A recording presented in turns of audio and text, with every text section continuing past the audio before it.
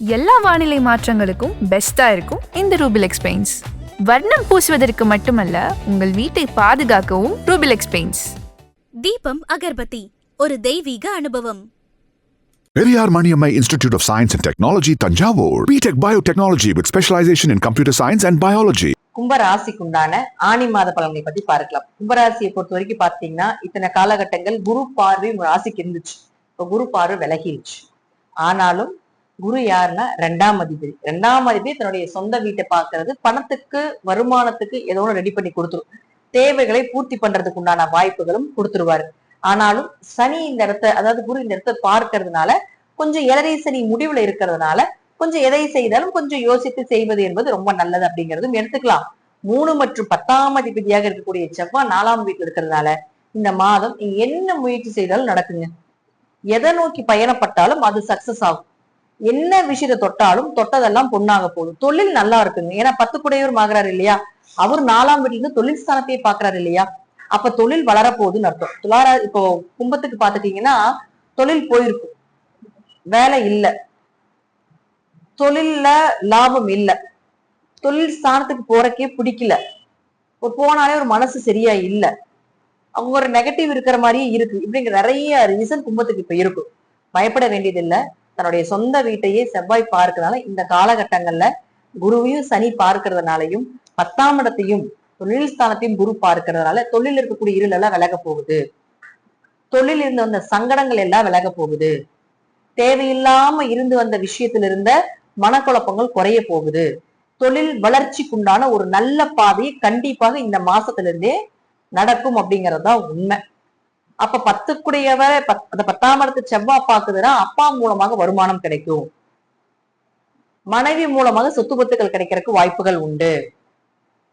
தேவையில்லாம இருந்து வந்த மனைவி சொத்துக்கள் வருமா, கணவர் சொத்துக்கள் வருமா, அதுல ஏதாவது பிரச்சனைகள் இருக்குது அப்படின்னா அது எல்லாமே இப்ப ரிலீஃப் ஆகிறதுக்கான வாய்ப்புகள் உண்டு. இப்ப அதை பத்தி பேசுங்க, கண்டிப்பா கிடைக்கும். இந்த மாசம் உடம்பு நல்ல ஆரோக்கியமா இருக்குங்க. உடம்புல ஜிம்முக்கு போலாம்னு நினைச்சிருப்பீங்க, உடம்புல யோகா பண்ணலாம், உடம்புல ஃபிட்னஸ் பண்ணிக்கலாம் நினைப்பீங்க, உணவு கரெக்டா எடுத்துக்கணும்னு நினைப்பீங்க. ஏன்னா நமக்கு இப்படி இருக்குது, நம்ம மனசு வீணா போச்சு, உடம்பு வீணா போச்சு, இனியாவது நல்லா இருக்கலாம் அப்படிங்கிற எண்ணங்கள் எல்லாமே நிறைய வரும். அதே போல வீடு சார்ந்தது, ஏதாவது வீடு வாங்கலாம், சொத்துக்கள் வாங்கலாம், வண்டி வாகனங்கள் வாங்கலாம். ஏன்னா 4ஆம் இடங்கிறது அதுதானே. அதெல்லாம் அந்த எண்ணங்கள் எல்லாம் நிறைய ஏற்படுப்ப. 4ல் செவ்வாய் இருந்ததுன்னா உடம்பு கரெக்டா வச்சுக்குவீங்கன்னு அர்த்தம். இந்த காலகட்டங்கள்ல ஒரு வீடு அமையறதுக்கு, சொத்து அமையறதுக்கெல்லாம் வாய்ப்புகள் தேடி வரும்னு அர்த்தம். அடுத்து பாத்துட்டீங்கன்னா உங்களுக்கு சுக்கிரன் யாருன்னா உங்களுக்கு 4 மற்றும் 9ஆம் அதிபதி. அவர் இருக்கிறது 6ஆம் வீட்டுல இருக்காரு. 4க்கு, அதாவது 4, 6 தொடர்பு ஏற்படுதுன்னா பிளஸ்ஸா சொல்லணும்னா வீட்டு லோன் வாங்கலாம், சாங்ஷனே ஆகாம இருக்குது, மேனேஜர் கிட்ட போனா மேனேஜர் மூஞ்சி திருப்பிட்டு போயிரு, இப்ப நிறைய ரீசன் எல்லாம் சொல்றீங்க இப்ப கும்பம். சோ இப்ப போய் பேசுங்க, கண்டிப்பா மேனேஜர் ஒத்துக்குவாங்க. இப்ப லோன் ப்ராசஸ் ஸ்டார்ட் ஆயிடும். லோன் கிடைக்கிறதுக்கு வாய்ப்புகள் கிடைக்கும். அப்பா அம்மா சொத்துக்கள் கிடைக்கும். அப்பா அம்மா சொத்துக்கள் ஏதாவது லோன் வச்சிருக்கீங்க, அவங்க ஏதாவது அடமானத்துல வச்சிருக்கீங்க அப்படின்னா அதெல்லாமே திருப்பி எடுக்கிறதுக்கான வாய்ப்புகளும் கிடைக்கும் உங்க ராசி மூலமா. அதே போல மைனஸ் அப்படின்னு பாத்தீங்கன்னா கொஞ்சம் ஆரோக்கியம், தாய் தந்தையருடைய ஆரோக்கியத்திலே கவனமா இருக்கணும், உங்களுடைய ஆரோக்கியத்திலே கொஞ்சம் கவனமா இருந்துக்கணும். 4 6க்கு போனா கொஞ்சம் நோய்க்காகவும் உடம்புக்காகவும் செலவு பண்ணுவீங்க. இப்ப நான் சொல்லியிருந்தேன் ஜிம்முக்கு போவீங்க, இதெல்லாம் சொல்லியிருந்தாலும் அது வந்து இந்த செவ்வாய் இங்க இருக்கிறதா, அப்ப அதுக்கு கொஞ்சம் நிறைய செலவுகள் பண்ணுங்க. தேவையில்லாத பெரிய செலவா இருக்கிறது போயிடும். உங்க உடம்புக்காக கொஞ்சம் அதிகமா எஃபர்ட் போட்டு செலவு பண்றதுக்கு உண்டான அமைப்பை நீங்களே ஏற்படுத்திக்கோங்க. தானா அதை நீங்களா அமைச்சுக்கோங்க, இல்ல அது அமைஞ்சிடும். கிரகங்கள் கொடுத்தா பெருசா கொடுக்கும், நம்மளே அதை வந்து அந்த அக்செப்ட் பண்ணிட்டு ஏத்துக்கிட்டோம்னா சிறுசா போகும், அவ்வளவுதான். அது வந்து நம்மளே கிரகத்துக்கு வழி விடுற மாதிரி. அப்ப போப்பா நான் கரெக்டா தான் இருக்கிறேன் அப்படின்னு சொல்ற மாதிரி. வீடோ சொத்துக்களோ வண்டி வாகனங்களோ லோன் போட்டு வாங்குறதுக்குன்னா வாய்ப்புகள் நிச்சயமா உண்டுங்க. அதே போல பாருங்க 5 மற்றும் 8ஆம் அதிபதியாக இருக்கக்கூடிய புதன் தன்னுடைய சொந்த வீட்டிலே இருக்கார். 15ஆம் தேதிக்கு மேல் வக்கரகதி வேலை அடைகிறார். அப்ப 15ஆம் தேதி வரைக்கும் வக்கரம் இல்லாத ஜாதகருக்கு குலதெய்வத்தினுடைய அனுகிரகம் சூப்பரா இருக்குங்க. என்னதான் வந்து குரு மறைஞ்சிட்டாலும் இந்த மாசம் குலதெய்வம் உங்க கூட நிற்கும். நீங்க செய்யறதெல்லாம் சூப்பரா இருக்க போது. இந்த மாசம் குலதெய்வ கோயிலுக்கு கும்பராசிக்காரங்களும் கும்பலக்கணக்காரங்களும் போயிட்டு வந்தீங்கன்னா கடன் அடையும், அவமானங்கள் விலகும், இழந்த பணம் இழந்த சொத்தெல்லாம் மீண்டு எடுத்துக்கலாம். 5 கூட 5ல் இருக்கும்போது குழந்தைகளுக்கு சூப்பரா படிப்பு வருங்க, நல்ல மார்க் கிடைக்கும், படிச்சு படிப்புக்கு உண்டான வேலை கிடைக்கும். எப்படி உங்க ஜாதக ரீதியா மற்றவங்களுக்கு ஒரு கெடுதல சொல்றோமோ அதே போல உங்க ஜாதக ரீதியா குழந்தைகளுக்கு ஒரு யோகத்தை கொடுக்கும். 5ஆம் அதிபதி 5ல் இருந்தாலே மேக்சிமம் பாத்துட்டீங்கன்னா குழந்தைகள் அதிர்ஷ்டம். இந்த மாசம் குழந்தை பிறக்குதுன்னா அதிர்ஷ்டம் உள்ள குழந்தைய பிறக்கும். உங்க குலதெய்வமே பிறக்குதுன்னு வச்சுக்கோங்களேன். சூப்பரான அமைப்புங்க. திடீர் வருமானங்கள், தசாபுத்தி நல்லா இருந்துச்சு, திடீர் வருமானம், திடீர் அதிர்ஷ்டங்கள் இதெல்லாமே கிடைக்க போகுது. மறைஞ்சது எல்லாமே மீண்டும் எழுந்து வாங்கக்கூடிய ஒரு சூழ்நிலைகள், மீண்டும் எழுந்து வரக்கூடிய ஒரு சூழ்நிலைகள் எல்லாமே இருக்குங்க கும்பராசிக்காரங்களுக்கு இந்த மாசம். இதே உங்க ஜாதகத்துல புதன் வக்கரமாக இருக்குதுன்னா 15ஆம் தேதிக்கு மேல இதெல்லாம் நடக்கும். இப்ப 15ஆம் தேதிக்கு மேல குலதெய்வ கோயிலுக்கு போறது, குழந்தைகளோட தேவைகளை பூர்த்தி பண்றதுல 15ஆம் தேதிக்கு மேல ஸ்டார்ட் ஆகும். வக்ரம் இல்லை அப்படின்னா 15ஆம் தேதிக்கு முன்னாடியே ஸ்டார்ட் ஆயிரும் அப்படிங்கிற அமைப்புகளும் உண்டு. யாரு கூட இருக்காருன்னு பாக்கணும் இல்லையா? 7ஆம் அதிபதியான சூரியனோட சேர்ந்திருக்காரு. இப்ப இந்த மாசம் வந்து திருமணம் சார்ந்த விஷயங்கள் எல்லாமே கண்டிப்பா கைக்குடி வரும். 5ஆம் இடங்கிறது பூர்வ புண்ணிய ஸ்தானம், போன பிறவிக்குண்டான பலன்.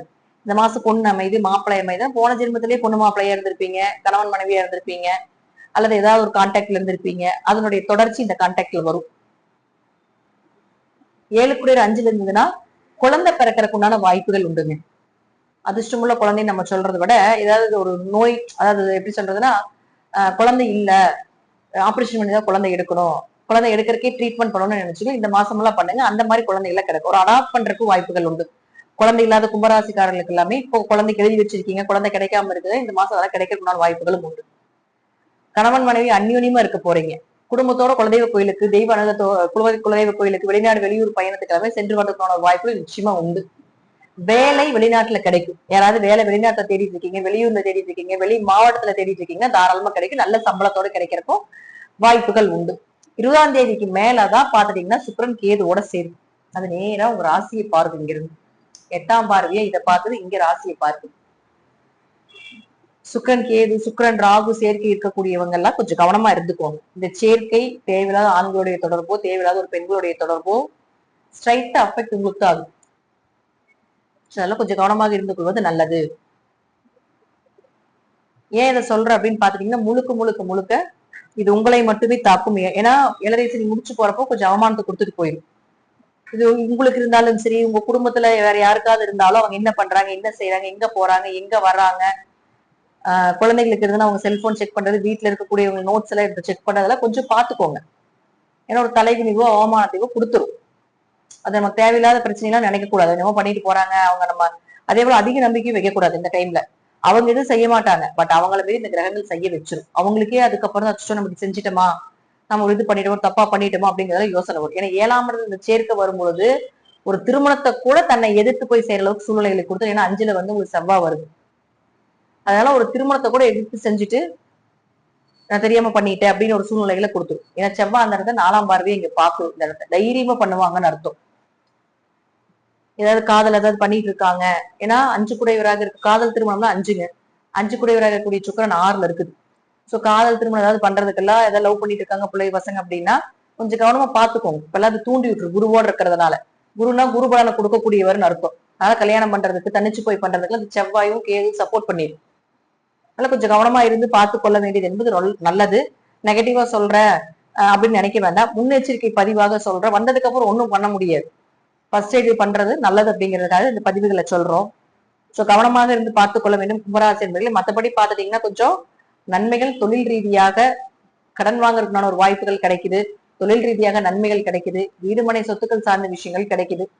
சோ அதுல மட்டும் போக்கஸ் பண்ணி கொண்டு போங்க. வேற எதுலயும் போக்கஸ் பண்ண வேண்டாம். அதே போல குடும்பத்துக்குள்ள எது இருக்கோ அதை கொஞ்சம் பார்த்துக் கொள்வது என்பது ரொம்ப நல்லது.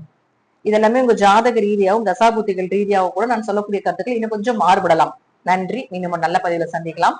திருச்சிற்றம்பலம், தில்லையம்பலம், ஸ்ரீ நரசிம்ம திருவியே சரணம்.